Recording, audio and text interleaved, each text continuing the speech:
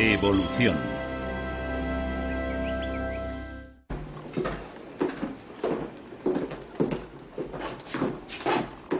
Vamos.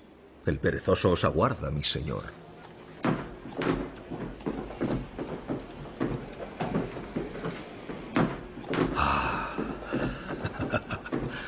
¡Qué magnífico animal!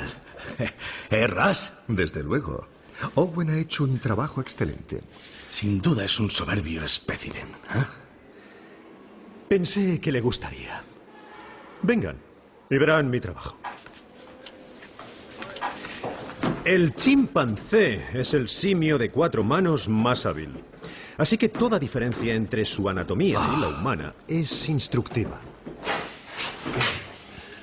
He estado pensando Por ejemplo, el simio irracional posee caninos, como los perros.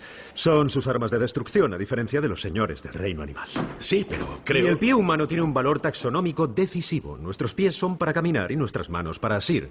Las manos y pies de este bruto sirven para el mismo fin. Pero hay una asombrosa similitud. Estoy escribiendo un libro sobre ello. Mi hermano también trabaja en un nuevo libro. Vengan, les mostraré a qué me refiero.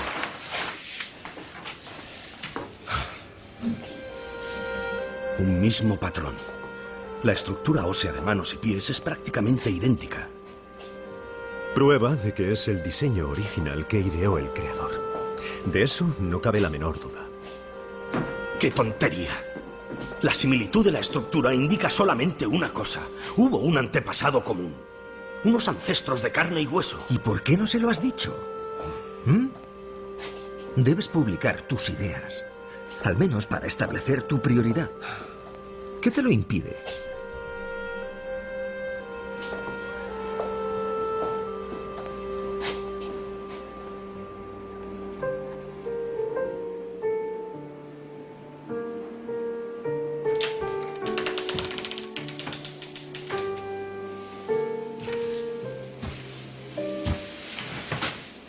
¿Qué ocurre?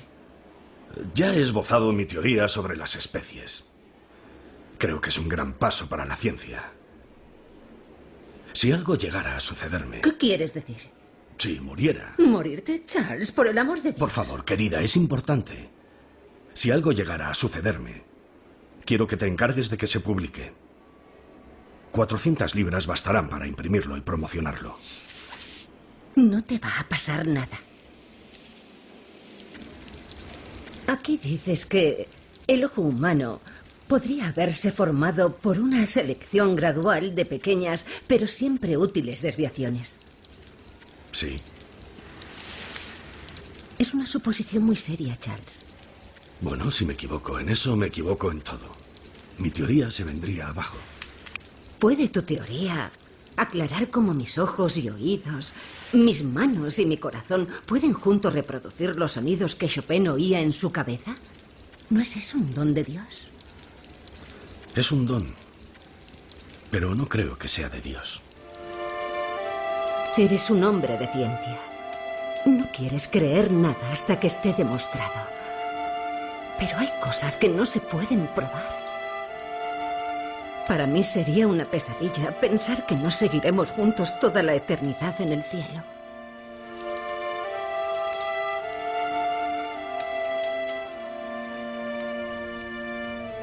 Emma creía sinceramente en el plan cristiano de la salvación y en que aquellos que creían en Jesús y en su resurrección de entre los muertos vivirían eternamente en el cielo.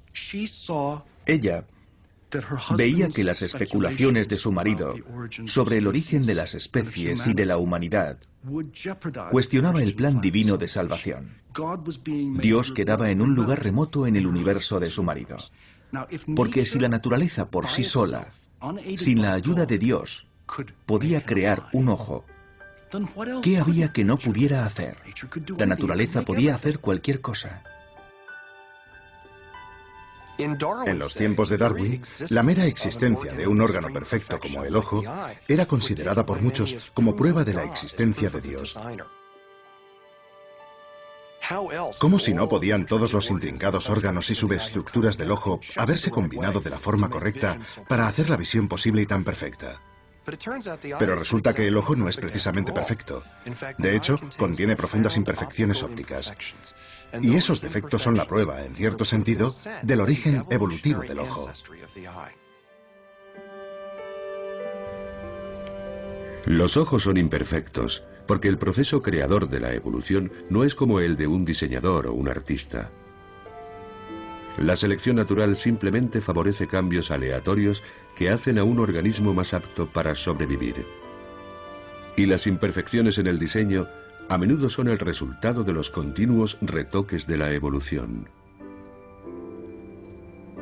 Una de esas imperfecciones hizo vivir una experiencia traumática a la pintora Valerie Young. Acabábamos de volver a casa de una fiesta y empecé a ver un montón de luces dentro del ojo, concretamente en el borde exterior del ojo derecho. Y pensé, puede que esto sea serio. Tardé un rato en darme cuenta de que aquello ocurría en el interior del ojo.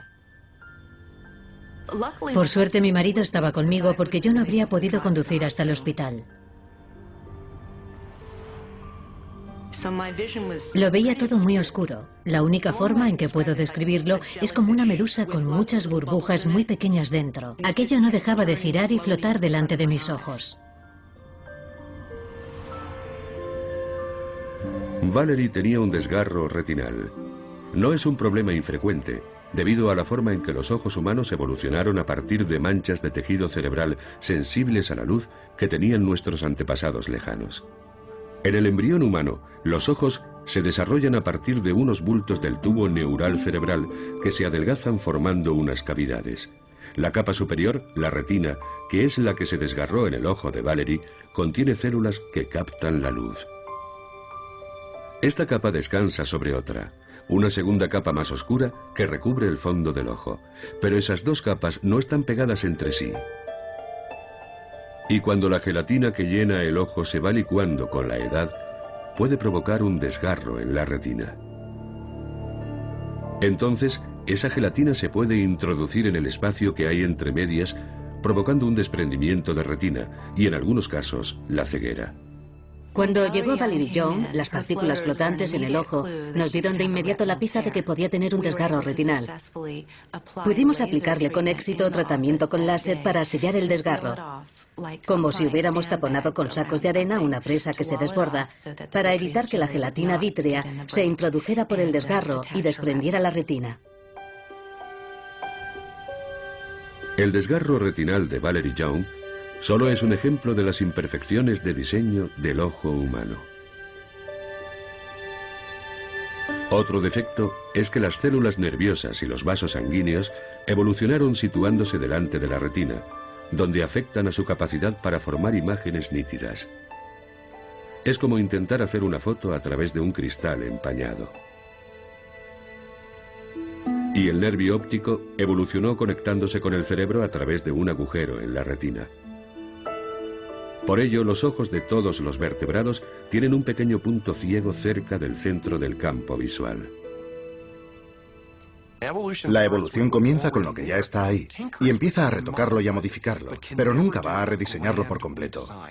Así que incluso el ojo, con toda su perfección óptica, contiene pistas que indican que su origen es el proceso ciego de la selección natural.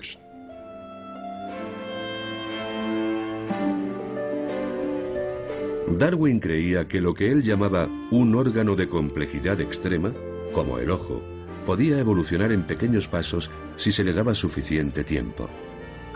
Cualquier rasgo que mejorase la visión supondría una ventaja para la búsqueda de comida, o para el apareamiento, o para evitar a los depredadores. Por tanto, la selección natural seguramente favorecería esos rasgos. Y lo que Darwin hizo fue señalar que, lógicamente, uno podría pensar que es difícil imaginar una serie de pasos intermedios entre un simple grupo de células nerviosas que pueden percibir la luz y un ojo dotado de una lente que forma imágenes complejas. Pero la realidad es que esas formas intermedias existen en la naturaleza. En la Universidad de Lund, en Suecia, el zoólogo Dan Erik Nilsson Ha construido una serie de modelos que muestran cómo un órgano visual primitivo podría haber evolucionado a través de pasos intermedios hasta formar un ojo complejo similar al humano en menos de 500.000 de años. Hace mucho tiempo que me interesa la evolución del ojo. Y en particular, me interesa la cuestión de cuánto tiempo habría tardado el ojo en evolucionar. Nilsson ha concebido una secuencia de pasos mediante los cuales una mancha de células sensibles a la luz en la piel de un animal podría haber evolucionado hasta formar un ojo similar a una cámara. En un primer paso, la naturaleza habría favorecido cualquier cambio que diera a esa mancha plana una forma cóncava. En cuanto se crea la más ligera depresión en el centro, el efecto es que los bordes de ese cuenco atenúan la luz de ciertas partes del entorno. Así pues, no todas las células fotosensibles de este pequeño cuenco medirán la luz exactamente con la misma intensidad, de modo que este cuenco ya genera cierta información gráfica. Otro modelo demuestra lo que un ojo primitivo en forma de cuenco puede hacer. Los cráneos iluminados forman una imagen en una pantalla translúcida que Nilsson ha instalado detrás del cuenco, haciendo las veces de retina. Pero la imagen apenas está definida. El ojo en forma de cuenco no puede hacer mucho más que detectar movimientos. Este tipo de ojo se encuentra en la naturaleza actualmente, en los platelmintos. Sus ojos no han evolucionado más. En su entorno es todo cuanto necesitan. Pero si los animales necesitan moverse más rápido o evolucionar para convertirse en depredadores veloces o para detectar a depredadores veloces, entonces el órgano tiene que mejorar. Y una forma de conseguirlo es estrechar la abertura para que sea más pequeña.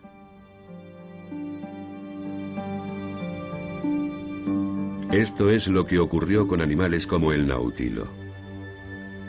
A lo largo de miles de generaciones, la selección natural favoreció a los que tenían unas aberturas oculares ligeramente más estrechas, ya que enfocaban un poco mejor la luz. Esto funcionaba hasta cierto punto. Dado que esta estrategia de formar una imagen más enfocada tiene la desventaja de que esa imagen es más oscura, no se encuentra mucho en el reino animal. Y hay una solución alternativa que ha llegado a ser muy empleada. Es la solución que emplean nuestros ojos y consiste en añadir una lente. La lente del modelo de Nilsson está formada por dos finas capas de plástico transparente entre las que se puede inyectar agua, lo que hace que esas paredes de plástico se abomben formando una lente convexa. Este sistema reproduce lo que debió hacer la selección natural a lo largo de varios cientos de miles de generaciones, favoreciendo a los animales que tenían una capa redondeada y transparente en sus ojos y que permitía que la luz se enfocara con mayor claridad en la retina. De modo que podemos ir pasando gradualmente de un ojo sin lente e ir inyectando cada vez más agua, haciendo que la lente se abombe cada vez más, con lo que la imagen se vuelve cada vez más nítida. Así podemos pasar gradualmente desde un ojo simple pigmentado con forma de cuenco, que apenas tiene la capacidad de determinar la dirección de la fuente de iluminación, hasta un ojo complejo como una cámara similar a las que tenemos nosotros. Y así debió ser exactamente la forma en la que se produjo la evolución del ojo.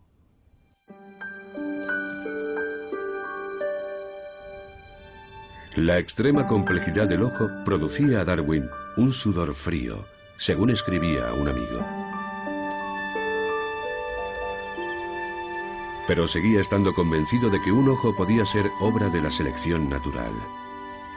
Más adelante escribió que los ojos debían de haber evolucionado en numerosas gradaciones desde un órgano simple e imperfecto a otro complejo y perfeccionado, y que todos los grados intermedios debieron de ser útiles a sus poseedores.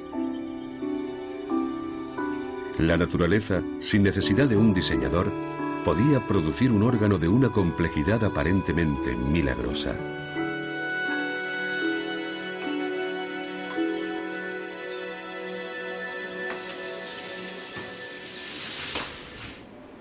Huele fatal. Annie, Mira esto.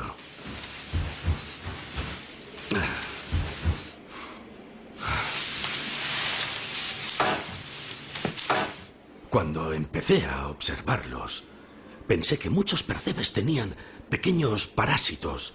Son animales o plantas que viven en otro animal o planta y que se alimentan de él, como el muérdago en un manzano.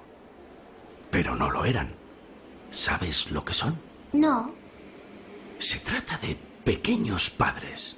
Las madres llevan a los pequeños papás a su alrededor, colgando de los faldones. Como tú y mamá.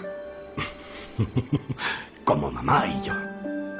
Creo que este es el percebe más interesante que existe en el mundo entero. ¿Cómo lo llamamos? Barnabas. Barney. Es más corto. Barney el percebe. Los pequeños machos parásitos son rudimentarios hasta un punto apenas igualable en todo el reino animal. No tienen boca ni estómago. En verdad, son poco más que una diminuta cabeza sobre un pene enroscado enorme. Me recuerdan a mí, salvo en lo de la boca y el estómago. ¿De qué os reís? De nada, de nada. Charles. Charles, ¿estás bien? Charles. Erasmus, vamos a casa.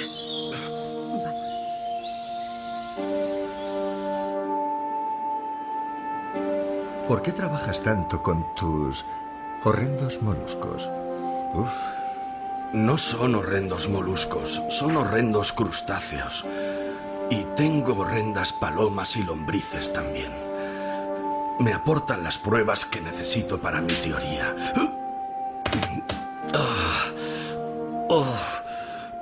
No tengo derecho a publicar la idea a no ser que tenga pruebas.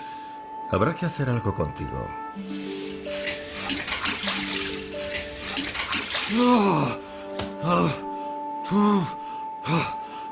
Su dolencia estomacal es de origen nervioso.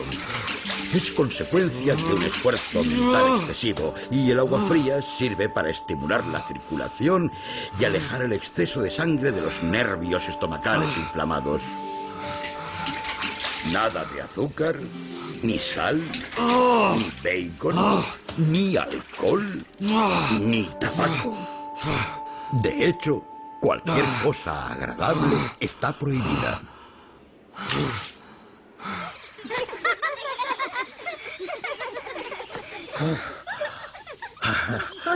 No sé cómo ni por qué, pero me siento mucho mejor. Miro a mi alrededor y no me importa lo más mínimo cómo fue creado nada de esto. ¡Niños! El último en llegar a casa es un budín de arroz. William, serás el último. Vamos, corred, rápido. Vamos, Eti. Dios mío. ¡Espera! ¡No seas tramposa! ¡Espera! Oh. ¡Annie! ¡Annie, has ganado!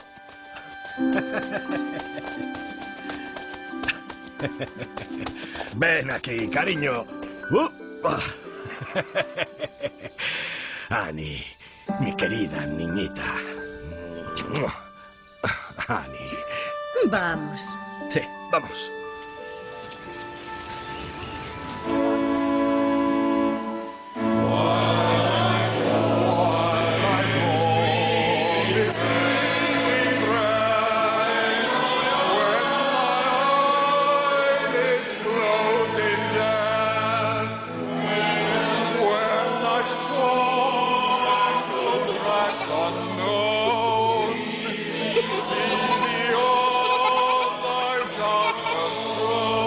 Niños, no está bien reírse.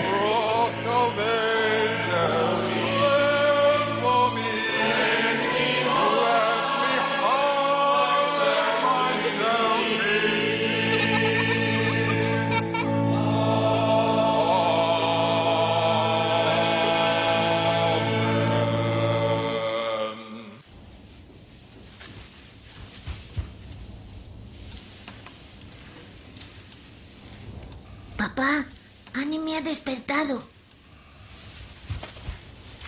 Annie me ha despertado.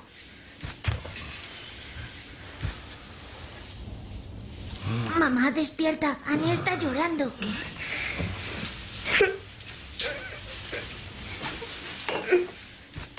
Oh, no.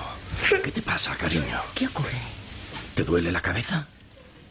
No tiene fiebre. ¿Te duele aquí?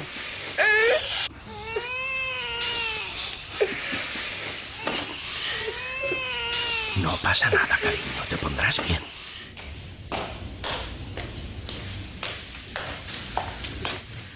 Ya viene el médico. Ve a vestirte, yo me quedo con ella. ¿Y si ha heredado mis malas digestiones? Se pondrá bien.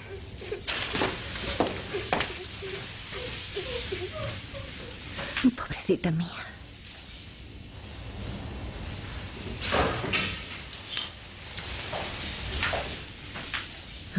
¿Qué ha dicho?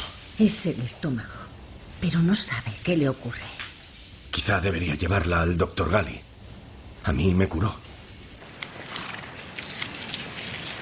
Volveréis pronto. Y papá va a cuidar de ti. Muy pronto tendrás otro hermanito y tendrás que ayudarme. Dile adiós a Eti, vamos. Os echaré de menos.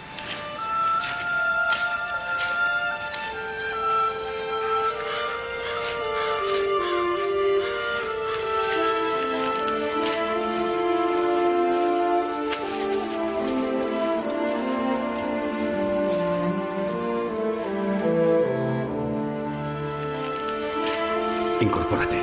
Vamos, cielo, tómate un buen sorbo de esto. Eso es, buena chica. Muy buena niña. Rápido. Está bien. Está bien. Túmbate. Túmbate. Muy bien. Muy bien, mi niña. Está tan débil.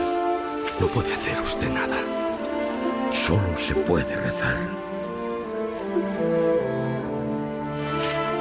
Es por mi culpa. Los hijos de 2 primos hermanos son débiles. Es por mi culpa.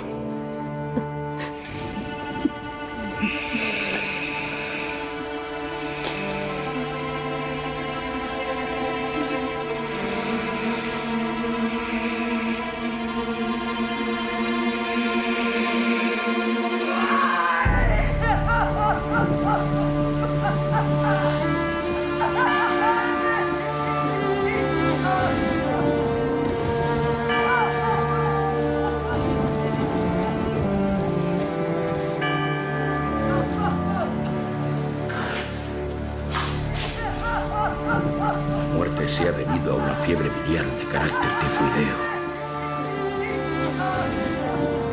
El Señor nos lo da. El Señor nos lo quita. ¡Por favor! ¡Déjeme!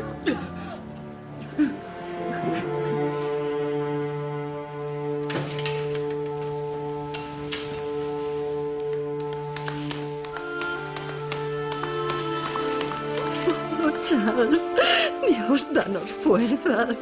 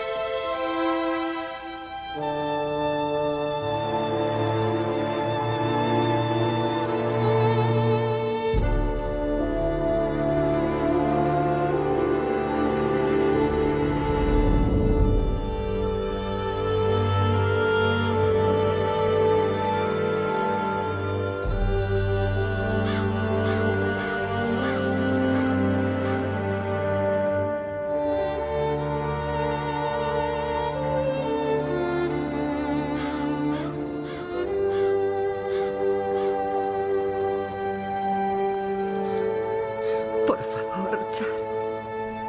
Por favor. Vamos, niños.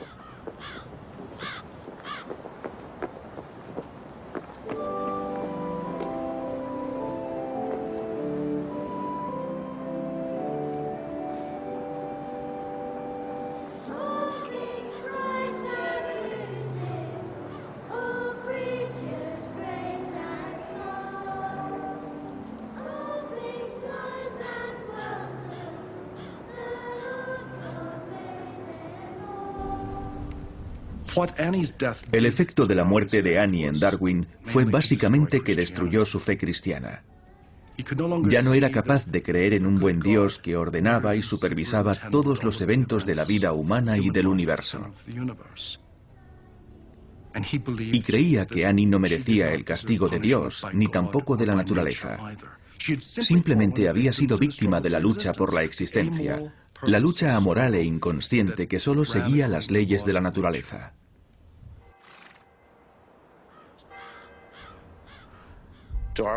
Desde luego, Darwin no pensaba que la evolución hablara a favor o en contra de la indemostrable existencia de Dios o de una entidad divina. Él no quería sembrar la duda en las convicciones religiosas de nadie. Para él era una cuestión personal que ya no fue capaz de mantener con el convencimiento habitual después de la gran tragedia de su vida.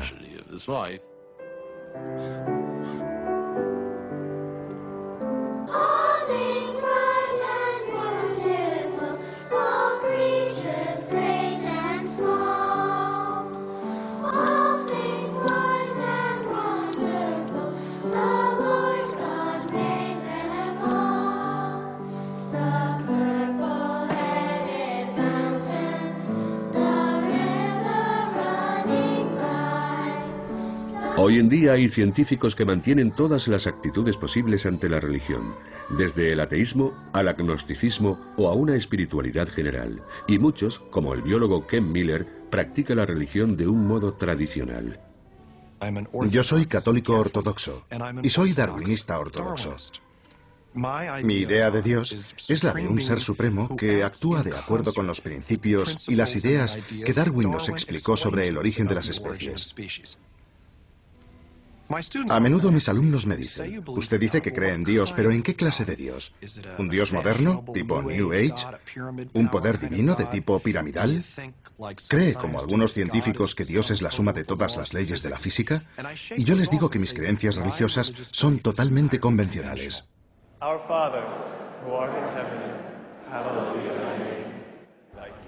A los alumnos les sorprende muy a menudo que alguien pueda decir que ese tipo de creencias religiosas convencionales son compatibles con la evolución. Pero es así.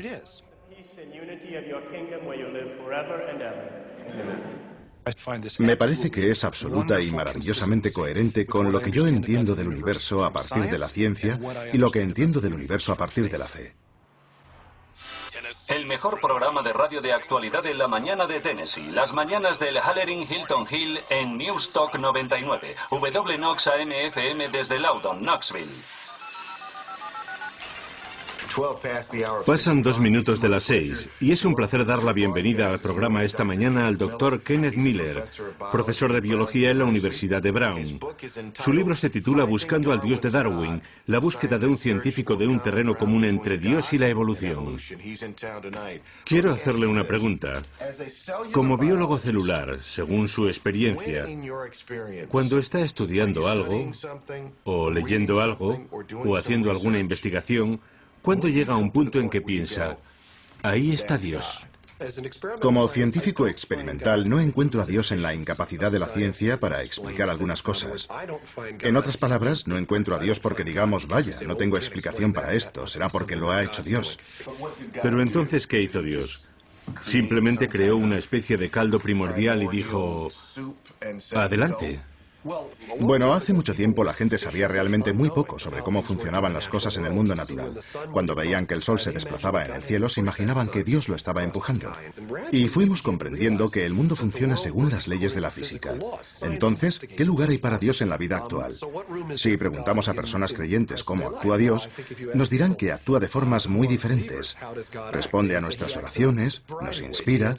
Sin duda tiene lugar acontecimientos que forman parte de lo que algunos pueden llamar el plan de Dios. Y lo que yo sugeriría es que si hoy en día Dios está actuando de acuerdo con las leyes de la naturaleza, con las leyes de la física, etc., probablemente también actuó de la misma forma en el pasado. En cierto sentido, podríamos decir que Él fue quien creó las reglas del juego y que Él mismo actúa dentro de esas reglas. Para Miller y para millones de seguidores de todas las grandes religiones, El concepto de Dios y el concepto de la evolución son perfectamente compatibles. Pero no todo el mundo está de acuerdo.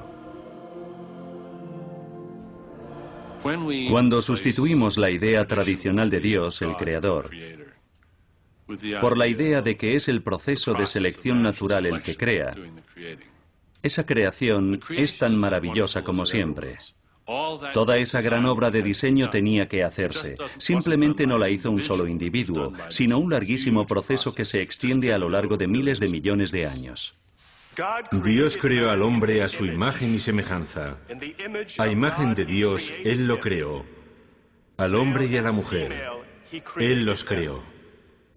Hasta entonces, la gente pensaba que todo estaba ordenado de arriba hacia abajo. Y llega Darwin y dice, no, todo este diseño puede producirse, todo esto puede emerger de abajo a arriba, sin dirección. Y esa es una idea muy inquietante para mucha gente.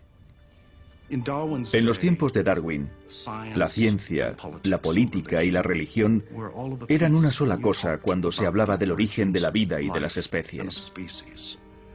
En astronomía se podía considerar un testimonio de la sabiduría y el poder de Dios que mantenía a cada planeta en su lugar. Pero la idea de la evolución, de la transmutación, como decía la gente con una mueca, desafiaba frontalmente todo el orden establecido. ¿Qué creen que contiene ese gran libro que ha escrito? Transmutación. Otro Darwin que borra a Dios de la creación. Queremos apoyar su proyecto de museo de historia natural. Aunque hay quien lo ve imprudente, desmesurado, ambicioso. Sí lo es. Es porque debe alojar una colección lo más amplia posible. Pero a cambio queremos su ayuda. Depende de usted, como eminencia en anatomía y paleontología, probar la superioridad del hombre. No consentiremos que cualquier rufián diga que el hombre proviene del mono en museos de su majestad. Puede confiar en mí, obispo Wilberforce. El cerebro humano difiere claramente del cerebro de los demás mamíferos. En el humano, no solo los hemisferios cerebrales se apoyan sobre los lóbulos olfatorios y el cerebelo, también se extienden por delante de estos y por detrás del segundo. Su desarrollo posterior es tan marcado que he asignado a esa parte el carácter de un tercer lóbulo, propio del Homo sapiens. El hipocampo menor. Un tercer lóbulo. Peculiares facultades mentales se asocian a esta forma superior de cerebro. Por eso considero al ser humano no como un mero representante de una subclase distintiva, sino como miembro de una clase reservada para él solo. El cerebro humano es en sí mismo prueba de unas facultades morales y religiosas. Tales son los dones que nosotros, y solo nosotros, poseemos.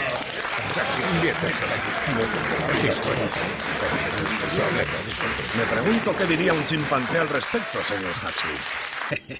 Mataría por saberlo. Su teoría está construida sobre arena. Es un pórtico corintio sobre boñiga de vaca. Sí. Esos santurrones empeñados en asfixiar toda investigación conflictiva.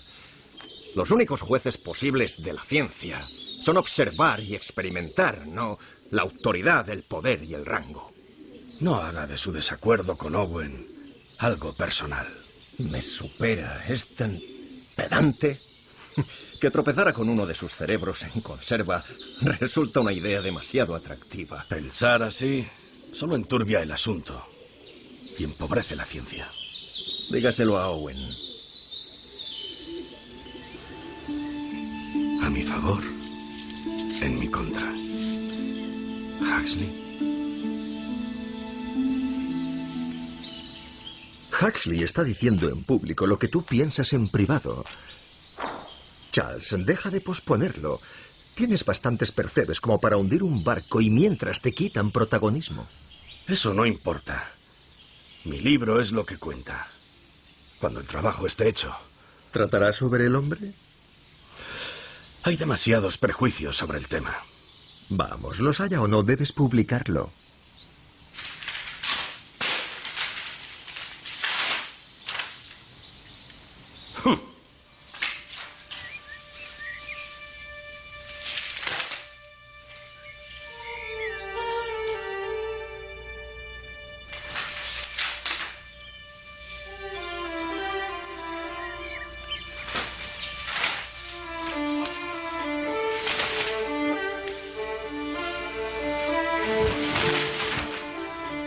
Dios mío. Ras, ¿qué ocurre? La tendencia de las variedades a apartarse del original. ¿Quién es Alfred Wallace? Mi querido Huxley, es un resumen de mi teoría. Mi originalidad en lo que pudiera valer, destruida. Si Wallace hubiera tenido una copia del ensayo que escribí en el 44, no lo habría resumido mejor. Variaciones impulsadas a alejarse cada vez más de la especie madre en su lucha por existir. La superpoblación. Está todo. ¿Se puede publicar ya su libro? ¿Publicar? ¿Cómo publicarlo con honor? Lo quemaría antes que dejar que él o ningún otro piense que actúo con mezquindad. Publique un trabajo conjunto, extractos de su obra junto al ensayo de Wallace. Pero debe preparar un manuscrito para publicarlo. ¿Quién sabe? Quizá esto sea para bien. Por fin podremos conocer en detalle sus teorías.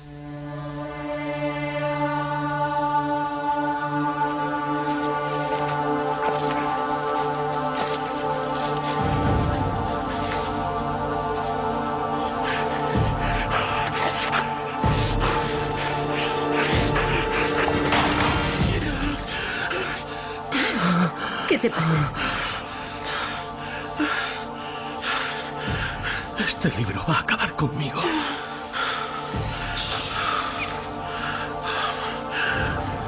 Qué desdichado sería si no te tuviera a ti a mi lado.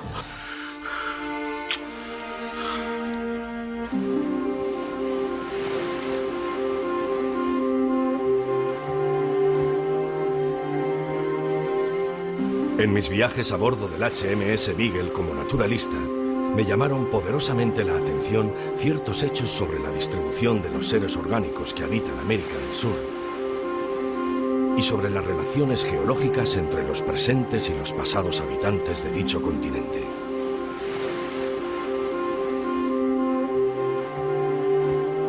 Estos hechos parecían arrojar algo de luz sobre el origen de las especies.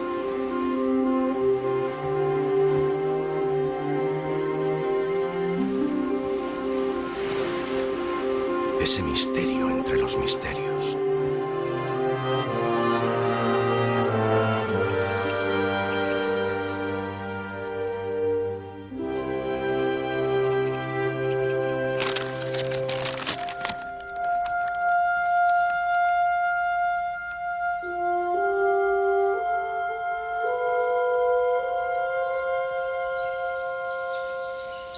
El Times se muestra muy positivo.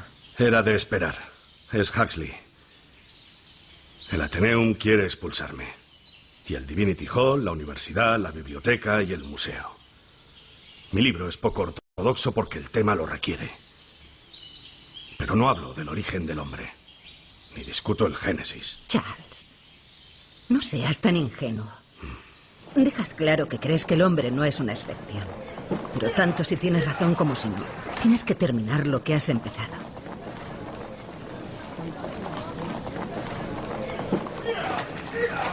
¡Darwin! ¡Darwin! Ah, Owen. ¿Cómo se atreve? ¿Cómo se atreve a tacharme de reaccionario? Yo no le he tachado de reaccionario. Me nombra entre los defensores de la inmutabilidad e ignora mi concepto de la continuidad ordenada en la creación de seres vivos. ¿Pero qué significa? No sé lo que significa. ¿Significa? Supone que los animales aparecen por arte de magia. En absoluto. Usted cree que la selección es la única ley creativa posible, pura suerte como lanzar dados. Las nuevas especies nacen de forma natural de acuerdo con la ley de Dios. Bien, yo no creo ¿Sabe que... quién le ha metido en esto? Huxley. Vamos, Richard. No quiero tratar con los Huxleys de este mundo y usted no debería. Abusan de la ciencia. Debería avergonzarse. Su libro se mofa del clero e insulta a la humanidad. Es nihilismo. Solo un hombre carente de alma podría afirmar que desciende de las bestias.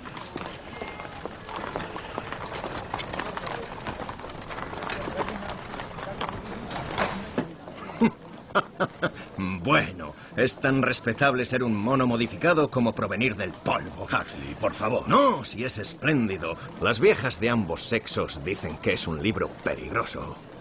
Espléndido. Tranquilo, yo me encargo de él. Ya estoy afilando el pico y las garras para la ocasión.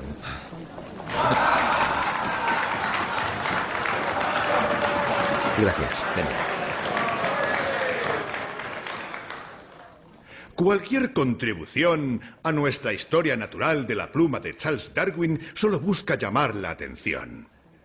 Su última publicación, El origen de las especies, es obviamente la que él mismo considera como la obra en la que su futura fama deberá fundarse. El señor Darwin afirma que todo ser vivo, todo pez, planta, hongo, mosca, elefante, hombre o nabo son todos por igual descendientes lineales del mismo antepasado común. Una idea que es absolutamente incompatible con el Verbo de Dios. El hombre fue creado a imagen de Dios y redimido por su Hijo nuestro Señor. La selección natural es una ingeniosa teoría para negar la obra y, por tanto, la existencia de nuestro Creador. De hecho, el cerebro humano difiere claramente del de otros mamíferos. Desgraciadamente, mi lord obispo, está usted mal informado. Es intolerable. Si lo juzgamos como jueces sin prejuicios, tenemos que admitir que existe tan poca distancia como animales entre el gorila y el hombre, como la hay entre el gorila y el babón. Es la capacidad de hablar tan solo y no un supuesto don espiritual lo que hace al hombre un ser racional. Esa es la fuente de nuestro progreso intelectual ilimitado, pero ello no contradice el hecho de que, hasta en la raíz y origen de su naturaleza, el hombre es uno con el resto del mundo orgánico. Nadie que diseccione el cerebro de un mono dará la razón al profesor Owen. Está del todo equivocado. Solo puedo suponer que el cerebro del profesor Owen ha encogido en el tarro de conserva. Refiriéndome a los cerebros de chimpancé que él examinó. Dios mío. Fue entonces cuando Dios me entregó a Wilberforce en bandeja.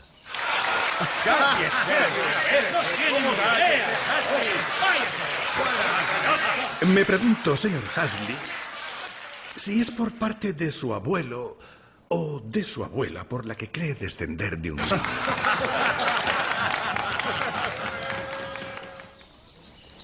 Me levanté en silencio, muy serio, y hablé con voz perfectamente templada. Si la cuestión que me plantea es si prefiero a un miserable mono por abuelo o a un hombre de gran inteligencia, investido de una gran influencia y que aún así emplea sus facultades y su influencia con el mero propósito de introducir el ridículo en una seria discusión científica, yo afirmo sin la menor duda mi preferencia por el simio. ¿Dijo eso? Eso dije, o fue algo muy similar. ¿Cómo pudo atacar a todo un obispo en público? ¿No siente ningún respeto por la púrpura? Lady Brewster se desmayó y tuvieron que llevarse. Y entonces el almirante Fitzroy se puso en pie. ¿Fitzroy? ¡Esto!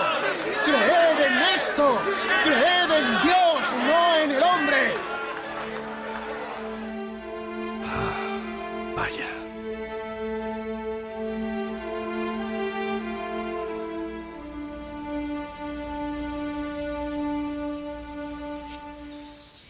Probablemente nunca sabremos la verdad. La verdad, Charles, está en tu libro. Es lo más interesante que he leído en mi vida. Tus razonamientos son tan plenamente satisfactorios que... Si los hechos no encajan, pues bien. Lo siento mucho por los hechos. Temblores. Llega la hora de mi selección natural.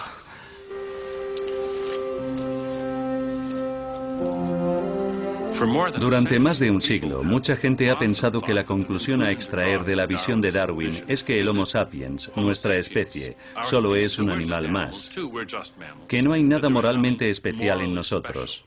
Personalmente, yo no creo que sea ese en absoluto el significado de la visión de Darwin, pero sin duda es como la ha interpretado mucha gente. Desde que se publicó El origen de las especies, los seguidores estrictos del creacionismo bíblico han atacado la visión de Darwin. Y sus objeciones no van dirigidas simplemente a la ciencia de la evolución. Según muchos, lo que está en peligro es nada menos que el alma humana. Sugerir que los animales y las plantas y nosotros, los humanos, habíamos sido creados por leyes naturales comparables a las que mueven los planetas, era poner en cuestión el alma humana. Y el alma humana es el quid de la cuestión, porque si no somos diferentes de los animales y no vamos a vivir eternamente en el cielo o en el infierno, ¿por qué vamos a comportarnos de forma diferente a los animales en esta vida? En el siglo XIX, en los tiempos de Darwin, era una audacia afirmar que los humanos y los chimpancés estaban estrechamente relacionados. No había apenas datos científicos. Pero desde entonces hemos encontrado muchas pruebas. Primero vimos aparecer las pruebas fósiles, restos de antepasados humanos que tenían rasgos simiescos y que hacían plausible la idea de que los humanos y los chimpancés teníamos ancestros comunes. Pero en los últimos 20 años hemos visto emerger una nueva clase de datos que han demostrado que existe una relación muy estrecha entre chimpancés y humanos. Y viene del análisis del ADN. Esto es ADN. Nosotros tenemos ADN. Los chimpancés, las bacterias, las petunias, los cangrejos tienen ADN. Todos los seres vivos, animales, plantas, peces, ranas, todos tenemos ADN. Y si comparamos el ADN de dos especies cualesquiera, podemos establecer la cercanía de la relación que hay entre ellas. En los primeros tiempos de la investigación con ADN, se extraía una doble cadena de ADN de cada especie para compararlas. Al calentarlas, las cadenas se separaban. Cuando dos cadenas simples, una de cada especie, se unían y se enfriaban, siempre se combinaban volviendo a formar la familiar doble hélice. El grado en que las cadenas se combinan da la medida de su similitud. Y resultaba que el ADN humano y el del chimpancé se combinaban casi a la perfección. Actualmente esa similitud se puede ver aún con mayor claridad. Ahora las secuencias de ADN se pueden leer letra a letra. Aquí estamos viendo las secuencias de ADN de un gen en particular que se encuentra en el hombre y en el chimpancé. Y lo que resulta evidente es que el ADN humano y el del chimpancé son idénticos en un 98%. Son básicamente iguales. Solo hay un par de letras diferentes. ¿Y por qué hay solo un par de letras diferentes? Porque los chimpancés y nosotros tuvimos un antepasado común hace solo unos pocos millones de años. Y esas pequeñas diferencias se han producido durante la propagación de ese ADN durante esos millones de años. Si hubiera pasado más tiempo desde que compartimos ese antepasado común, se habrían acumulado más diferencias. Si se compara el mismo gen de una rata, se observan muchas más diferencias.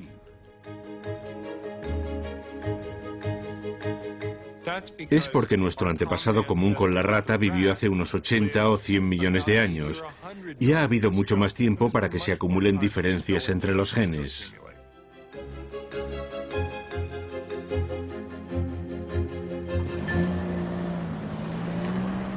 Los chimpancés y los humanos estamos hechos a partir de plantillas, que son idénticas en un 98%. Pero, ¿qué hay de la forma en que humanos y chimpancés pensamos y nos comportamos en el mundo? ¿Existen también similitudes? Vaya, estás haciendo flexiones. Ten cuidado. La psicóloga Sally Boysen explora los puntos comunes entre las mentes de los chimpancés y los humanos. Una investigación que podría ayudar a explicar cómo evolucionó la mente humana.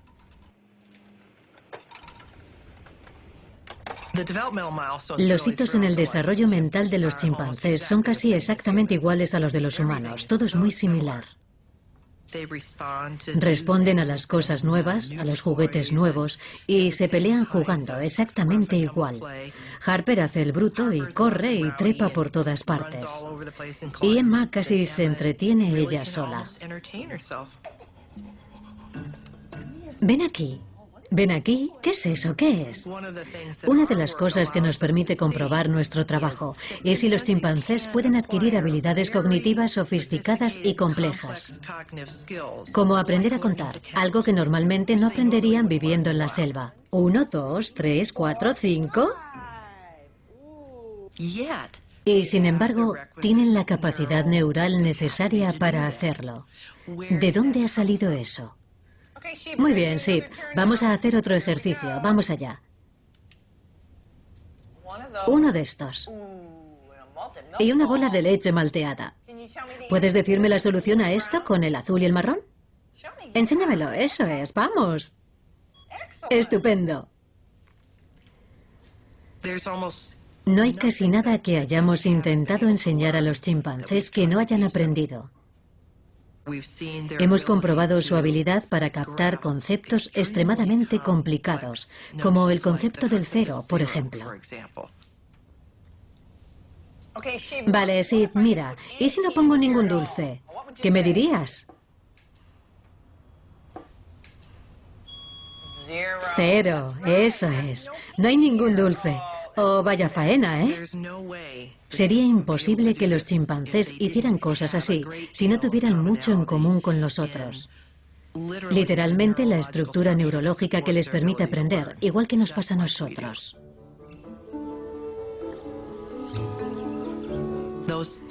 Esas cosas son absolutamente comparables y tienen que venir de un antepasado común.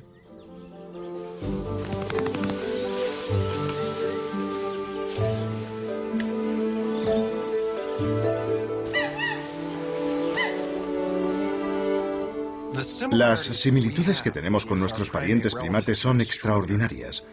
Compartimos gran parte de nuestro ADN, gran parte de nuestra morfología, incluso compartimos nuestros grupos sanguíneos. Pero a pesar de esas similitudes, hay diferencias notables. Creo que la razón es realmente muy simple. Y es la línea evolutiva que ha llevado hasta nosotros.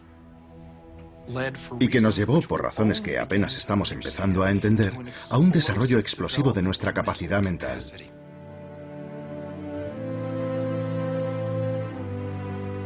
Y lo que ocurrió claramente fue que la selección natural favoreció la evolución de los organismos que podían comunicarse, que podían manipular símbolos y que podían construir lenguajes.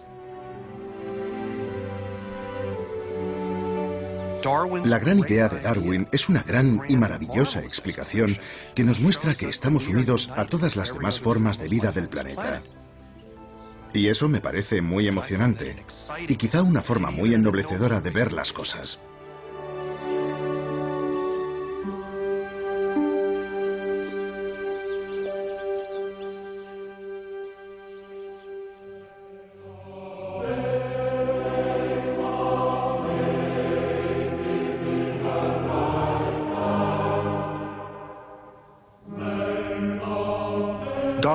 Darwin murió en abril de 1882, a los 73 años.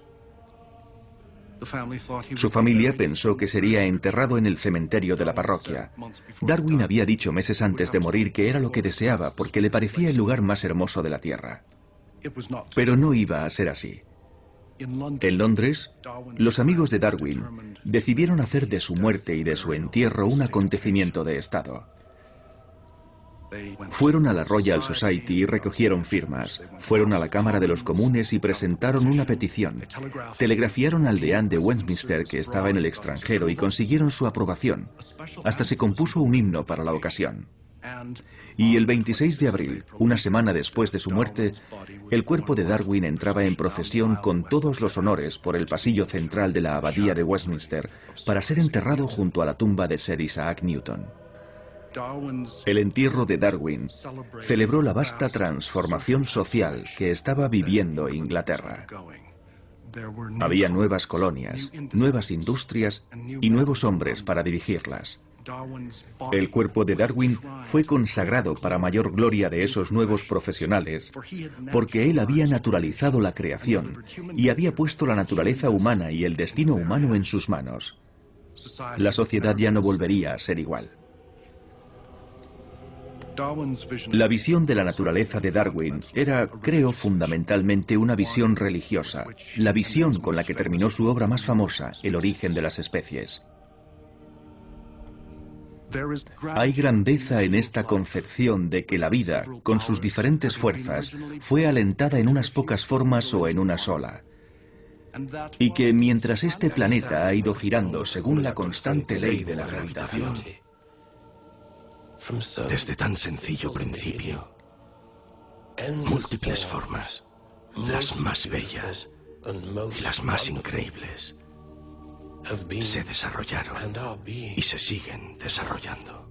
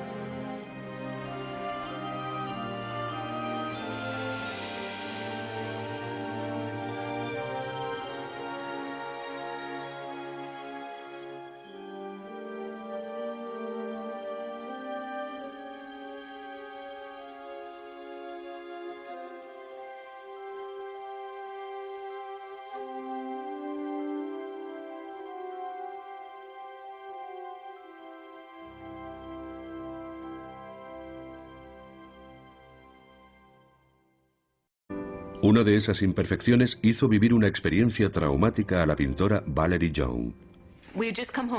Acabábamos de volver a casa de una fiesta y empecé a ver un montón de luces dentro del ojo, concretamente en el borde exterior del ojo derecho. Y pensé, puede que esto sea serio. Tardé un rato en darme cuenta de que aquello ocurría en el interior del ojo. Por suerte mi marido estaba conmigo porque yo no habría podido conducir hasta el hospital. Lo veía todo muy oscuro. La única forma en que puedo describirlo es como una medusa con muchas burbujas muy pequeñas dentro. Aquello no dejaba de girar y flotar delante de mis ojos. Valerie tenía un desgarro retinal. No es un problema infrecuente, debido a la forma en que los ojos humanos evolucionaron a partir de manchas de tejido cerebral sensibles a la luz que tenían nuestros antepasados lejanos. En el embrión humano, los ojos se desarrollan a partir de unos bultos del tubo neural cerebral que se adelgazan formando unas cavidades. La capa superior, la retina, que es la que se desgarró en el ojo de Valerie, contiene células que captan la luz. Esta capa descansa sobre otra, una segunda capa más oscura que recubre el fondo del ojo, pero esas dos capas no están pegadas entre sí. Y cuando la gelatina que llena el ojo se va al cielo, ella veía que las especulaciones de su marido sobre el origen de las especies y de la humanidad cuestionaba el plan divino de salvación. Dios quedaba en un lugar remoto en el universo de su marido. Porque si la naturaleza por sí sola, sin la ayuda de Dios, podía crear un ojo, ¿qué había que no pudiera hacer? La naturaleza podía hacer cualquier cosa. En los tiempos de Darwin, la mera existencia de un órgano perfecto como el ojo era considerada por muchos como prueba de la existencia de Dios. ¿Cómo si no podían todos los intrincados órganos y subestructuras del ojo haberse combinado de la forma correcta para hacer la visión posible y tan perfecta? Pero resulta que el ojo no es precisamente perfecto. De hecho, contiene profundas imperfecciones ópticas. Y esos defectos son la prueba, en cierto sentido, del origen evolutivo del ojo. Los ojos son imperfectos porque el proceso creador de la evolución no es como el de un diseñador o un artista. La selección natural simplemente favorece cambios aleatorios que hacen a un organismo más apto para sobrevivir. Y las imperfecciones en el diseño a menudo son el resultado de los continuos retoques de la evolución.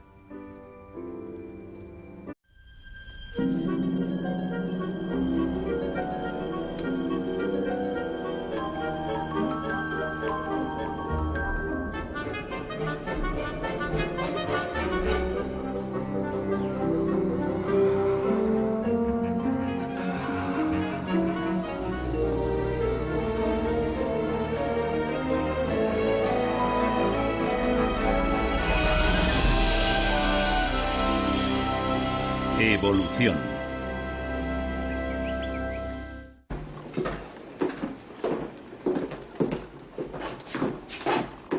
Vamos. El perezoso os aguarda, mi señor.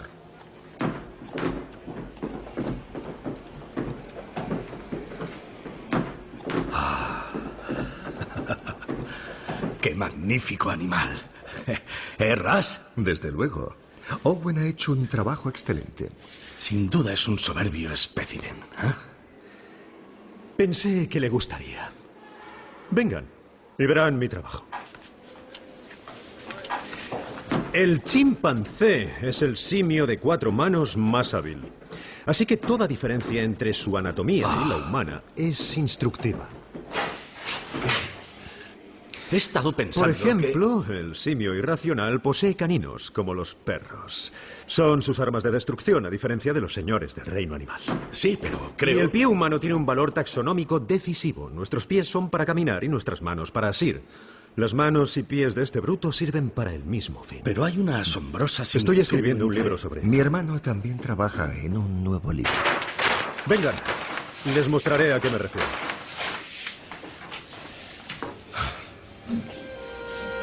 Un mismo patrón.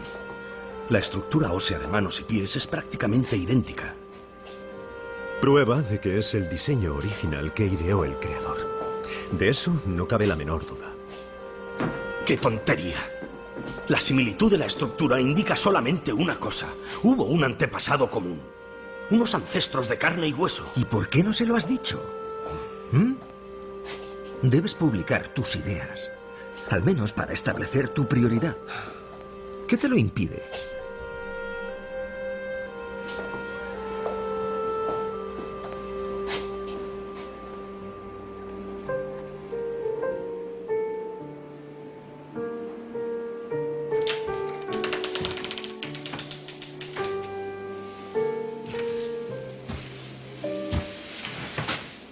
¿Qué ocurre? Ya he esbozado mi teoría sobre las especies. Creo que es un gran paso para la ciencia. Si algo llegara a sucederme... ¿Qué quieres decir? Si muriera... ¿Morirte, Charles? Por el amor de Dios. Por favor, querida, es importante. Si algo llegara a sucederme, quiero que te encargues de que se publique. 400 libras bastarán para imprimirlo y promocionarlo. No te va a pasar nada.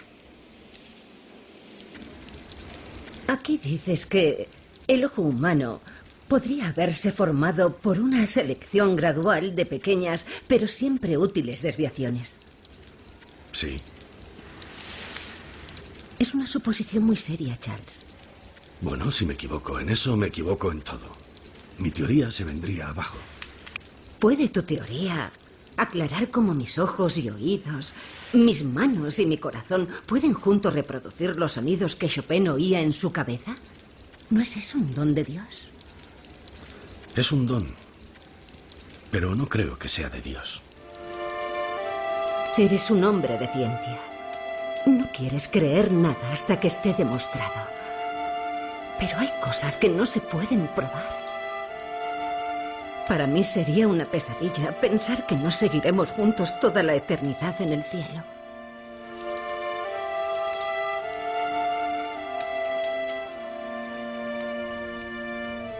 Emma creía sinceramente en el plan cristiano de la salvación y en que aquellos que creían en Jesús y en su resurrección de entre los muertos vivirían eternamente en el cielo.